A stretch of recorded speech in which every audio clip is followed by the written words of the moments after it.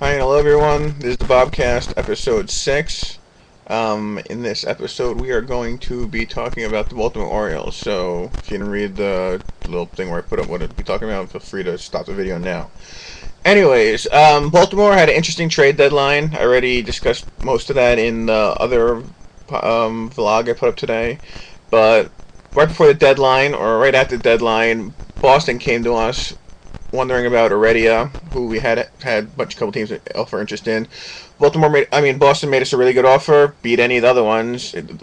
Their top rated prospect according to the game, as well as their first round draft pick. Their top spec being George Springer, 22-year-old center fielder. His ratings are kind of crappy, but I figured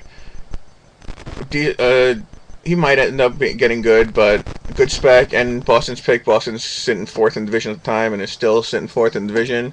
I thought that would be a pretty good deal, so I jumped on that and made that for Heredia. Turns out we missed the deadline by like 5 minutes, so that deal didn't go through. But honestly, I'm okay with that.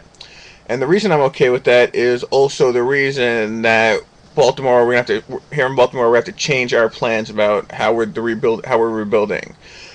Originally, I had this as a five-year rebuilding process. 3 years of terrible losing, going for a top pick or a lottery pick at least, the first 3 years. Then in the fourth season, we would start shooting for around 500, start being a little competitive. And then in year 5, we'd actually try and start winning, or we'd actually hope to be winning. It's usually how it goes. You don't go from crap to first. You go from crap to pretty good, then you try to go there. So it was a 5-year process, but it looks like I'm going to have to bump that up a year. Next year, instead of 3 years, it's going to start next year. We're going to start with trying to compete, and then hopefully in 2 years we'll be good, or actually beating the other teams in the AL East, although yet to be determined. The reason for this change, or the reason for why I'm moving this up, is because of the trade we made for Jaime Garcia, 26-year-old good young starting pitcher.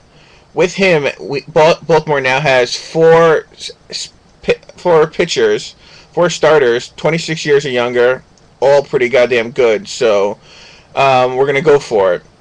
Interestingly enough, the Baltimore rotation, if we ever end up competing, is interesting because our top 3 starters are all left-handed. Brian Mattis, who is our ace, even though he's lost 8 straight decisions as of right now. Zach Britton, and then Garcia are 1, 2, 3, all left-handed, which should be good. Doing some nullify some left-handed bats if we ever end up playing anybody in the playoffs, which we'd have to get to first, obviously. And then Heredia, who's our 4, maybe our 5. Hopefully, when we're competing, bring another ace or something. But those are 4 good young starters, and going into next season, we have 4 starters. Not much in the way of position players. We don't have any stud. All we have is we have Matt Weeder still behind the plate, all-star, having a great year. 26 homers, 64 RBIs, and 291 with a 430 on base. That's pretty goddamn studly. An OPS over 1,000. He's having a really freaking good year.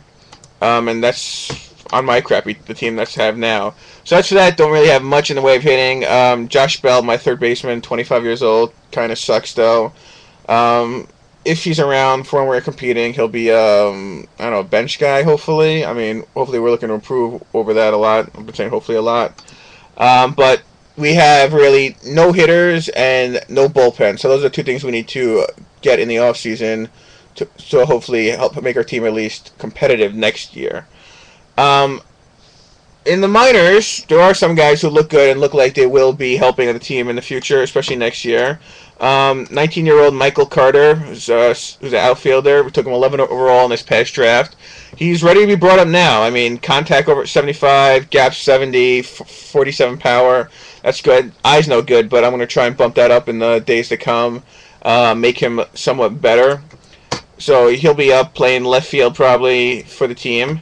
And interestingly enough, the often maligned, by me especially, Donovan Tate, is probably going to be up in the club for the club next season. Tate, I brought him in, traded for him last year, got him in the deal where I sent Mark Reynolds to San Diego.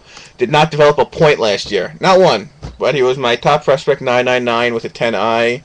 And yet now, after of course he took a couple hits, making him only a 797 spec, he's developed. So he's contact and gap over 60.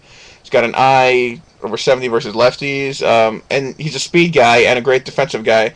So hopefully we'll bump his contact a little bit. He'll be up patrolling center field for us next season, God willing.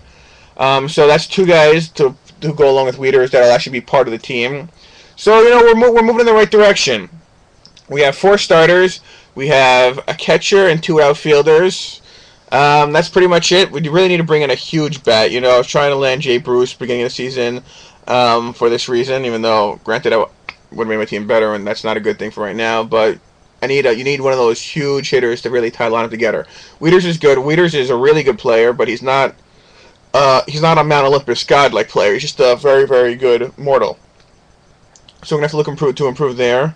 For the 5th rotation spot, I really don't want to have to use any of the shitty guys I've been using now, like Ducherer and Guthrie, who have both been terrible, but then again, who on my team hasn't been.